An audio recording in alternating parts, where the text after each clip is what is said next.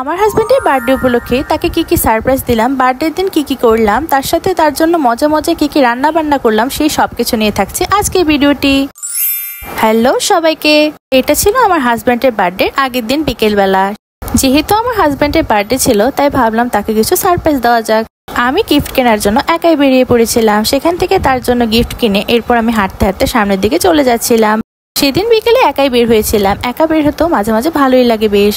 যেই রাস্তা দিয়ে হেঁটে হেঁটে আসছিলাম সেই রাস্তাতেই দেখতে পেলাম KFC পড়েছে, তো ভাবলাম সেখান থেকে কিছু নিয়ে যাওয়া যাক আমার হাজবেন্ডের জন্য।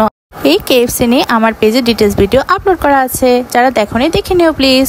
বার্থডে তো কেক ছাড়া একদমই হয় না, তাই তার জন্য কেক কেনার জন্য চলে গিয়েছিলাম ময়মনসিংহের রয়্যাল বেকারিতে। সেখানে আমার এই কেকটি পছন্দ হয়েছিল। এটি ছিল মার্বেল কেক, তার আবার ভ্যানিলা ফ্লেভার পছন্দ, তাই তার জন্য এটাই নিয়ে এসেছিলাম। আসলে একা একা ঘুরছিলাম তো তাই ভিডিও করতে একটু কষ্ট হচ্ছিল, হাতে জিনিসপত্র ছিল, তাই বাসায় আসার পরে তাকে কেকটা খুলে দেখাচ্ছিলাম। সে অনেক বেশি হ্যাপি ছিল। সে এই সবকিছু সারপ্রাইজ পেয়ে একদমই অবাক হয়ে গিয়েছিল। ভেবেছিল না আমি তার জন্য এত সব নিয়ে আসবো, কিন্তু তার খুশি দেখে আমারও ভালো লাগছিল। সবসময় তো সে আমার জন্য অনেক কিছু করে, তার জন্য কিছু করে বেশ ভালোই লাগছিল আমার। এরপর যে KFC থেকে চিকেন পপকর্ন নিয়ে এসেছিলাম, ভাবলাম নতুন আইটেম ট্রাই করা যাক। কিন্তু দামের তুলনায় পপকর্ন পরিমাণ খুব কম ছিল, মাত্র কয়েকটা ছিল হাতে গোনা। আর সসটা আমি এক্সট্রা কিনে নিয়ে এসেছিলাম। সসটা ভালো ছিল কিন্তু পপকর্নগুলো একদমই ভালো লাগেনি। এই টি শার্টটা আমি আমার হাজবেন্ডের জন্য নিয়ে এসেছিলাম। এই কালারটা তার নেই, তাই ভাবলাম এই কালারটাই নিয়ে নেওয়া যাক। এরপর ভাবলাম রাত 12টার সময় তাকে যে টি শার্টটা দিয়েছিলাম সেটা পরিয়ে তাকে কেক কাটাবো। এটা ছিল তার বার্থডে দিন রাত 12টায়।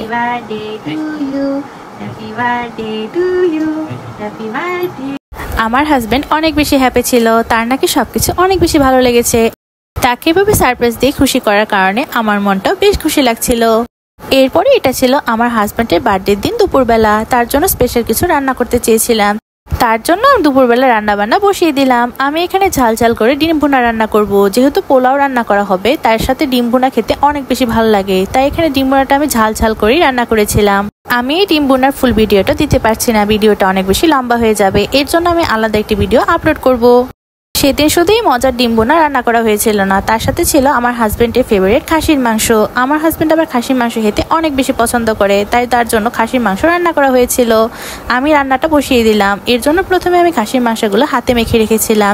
সবগুলো মশলা একসাথে খাসির মাংসের মধ্যে ভালোভাবে মেখে রান্না করলে খাসির মাংসের টেস্ট দ্বিগুণ বেড়ে যায়। আমাদের বাসায় খাসির মাংস এভাবেই রান্না করা হয়। আমি আলু দিয়ে খাসির মাংসের পাতলা ঝোল রান্না করেছিলাম। এটা খেতে বেশ ভালো লাগে, আলু দিয়ে খাসির মাংস অনেক বেশি মজা লাগে।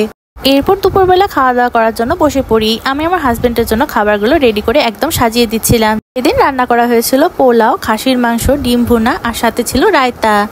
রায়তাটা আর পোলাওটা আমার শাশুড়ি মা রান্না করেছিল, বাকি সবকিছু আমি রান্না করেছিলাম। আমি আমার প্লেটে খাবারগুলো বেড়ে নিচ্ছিলাম। এদিকে আমার হাজবেন্ড তার প্রিয় খাসির মাংস আর ডিম ভুনা দিয়ে মজা করে খাবারটা খাচ্ছিল। আমিও তার সাথে বসে খাবারটা খেয়ে নিচ্ছিলাম।